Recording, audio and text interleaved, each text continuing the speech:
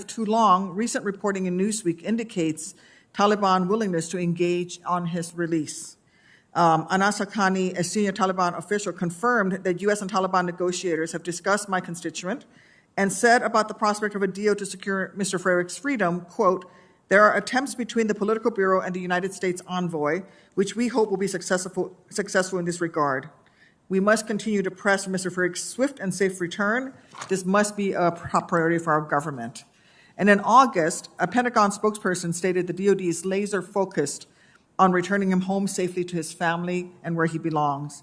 And Secretary Austin, I know from our numerous conversations, including just yesterday about my constituents, that you have been personally involved in attempting to secure his return, both in your engagements with your counterparts in the region and in your role as a member of the Principals Committee at the National Security Council. Can you please update me on your discussions regarding Mr. Frerichs with your foreign counterparts, as well as your interagency partners in our government? And I know his family is probably watching this testimony today. Well, this is, as you have indicated, Senator, I want him back. And, we're going to do everything, continue to do everything we can to get him back. As you and I have talked in other sessions, I've engaged the chief of the Pakistani Army on multiple occasions to solicit his help. I've engaged other senior leadership, Qataris, for example, to use their influence to see if they can help us there. We'll remain focused on this. This is. I'm hopeful that we can see some daylight, some movement here in the future. I don't have anything to offer you in terms of specific readouts from the interagency process, and I defer to Mr. Sullivan to provide commentary there. So. Thank you, Mr. Secretary, and I appreciate your commitment to getting Mr. Frerichs home. I am, however, frustrated by how little information there has been made available to congressional staff and others when it comes to everyone who's trying to get allies out of Afghanistan. General Milley, I understand from public reporting that you've been working with some veterans groups and some other NGOs who have been voluntarily offering their help in the continued effort to evacuate Americans and at-risk Afghans from Afghanistan. Can you share any details with us and the public today about that effort? Yeah, so what we did, Senator, is we did a little bit of outreach to some of the groups that are probably well known to folks in this room. Had them in for some sessions in the Defense Department to get coordinated so we could have a common operating picture of what SIVs, what P1, P2s, and what American citizens, most importantly, are still there. Try to get the information in a singular database, et cetera, from the various groups. In addition to that, get them linked into Ambassador Bass, because he is the single focal point with the Department of State, which we've done that now.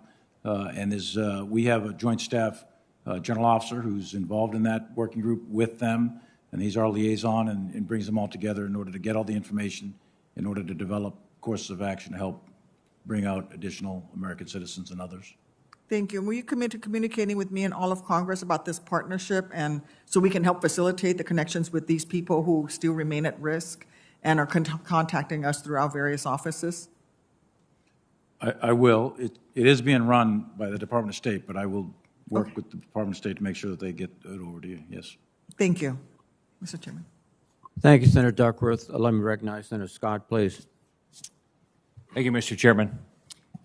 Joe Milley, why would you, as the sitting chairman of the Joint Chiefs of Staff, talk to a reporter that's writing a book about a prior administration? Why would that be part of your job description? Well, as Senator Blackburn said earlier, I deal with the media routinely, 2, 3, 4 times a week. I'm talking to the media. And the media, whether it's books, TV news, reporters, we have a lot of media here. I think it's very, very important to make sure that senior officials talk to the media in all of its various forms in order to explain what we're doing. But you're talking about what happened in the past. Sure, past. I mean, why would you do that? I mean, what's the upside to the American public of you talking to, you have all this sensitive information, sure, you have a full-time job, and then you go out and talk about the prior administration? I just don't get it. It doesn't make any sense to me. If the media wants to ask you about what we're doing right now, something like that, I get it. But the prior administration, why would you do that? I think it's important to make sure that the American people are transparent with what our government does, that's all. Nothing more complicated than that. So it's been reported you discussed sensitive information, including private conversations you had with the prior president with these reporters. How is that consistent with your testimony today that you won't talk about any conversations you've had with the president? You'll only talk about what your position is. But it's been reported that by these reporters that you've told them exactly the conversations you had with the prior president. Does that seem inconsistent? I'm not so sure about what they're reporting, about what I said, and private conversations, et cetera. I don't share private conversations with the president. With this president, former president, any president, period. So what these reporters are saying is completely untrue? I'm not going to say whether I don't even know what they're written. I haven't read their books. But I can tell you that I don't share my personal conversations with the president, period. So Senator Sullivan was asking about this conversation about whether you would give prior notice to the military communist China that America's going to attack.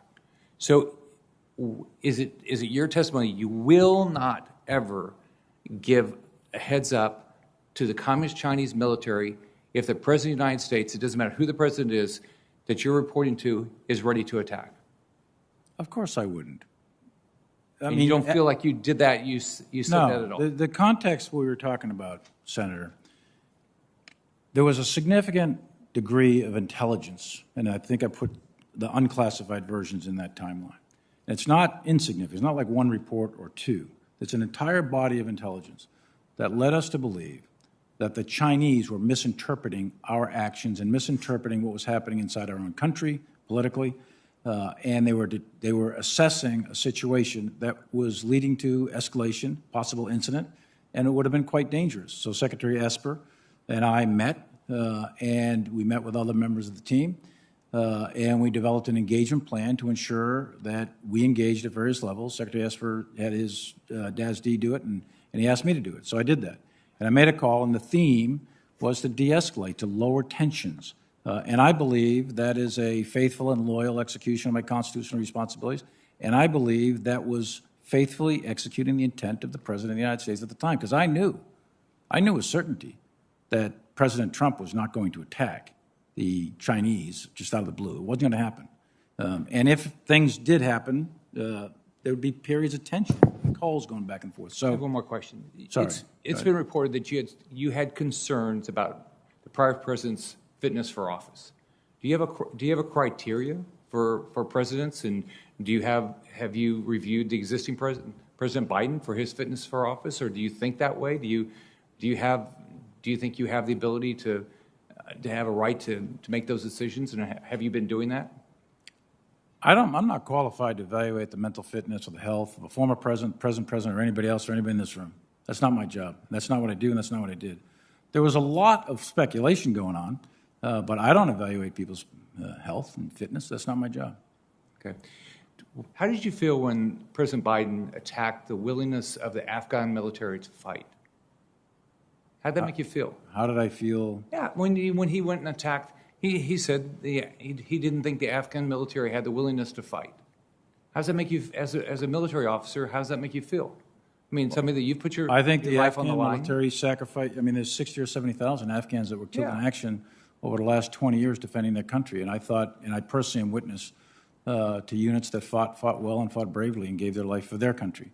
But I would also say at the same time that over the summer, in those 11 days, the vast majority of the Afghan units put their weapons down, and they surrendered without a fight. Kabul was taken with a couple hundred guys on motorcycles, and there wasn't a shot fired. So my question to myself is, how did we miss that? What happened? How did that happen? And that's one of the things we've got to figure out.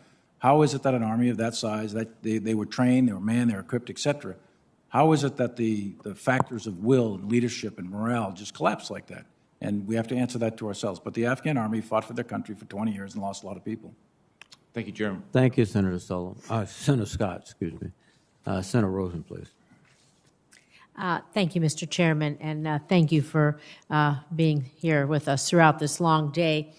You know, I just want to speak about how, as Americans, we are really frustrated, all of us, about the way we withdrew from Afghanistan, but we nonetheless understand the difficult position that you and our men and women in uniform on the ground were, the position you were in last month. So what the American people fail to understand, however, and what I, too, have difficulty accepting, is the idea that the circumstances we found ourselves in were inevitable.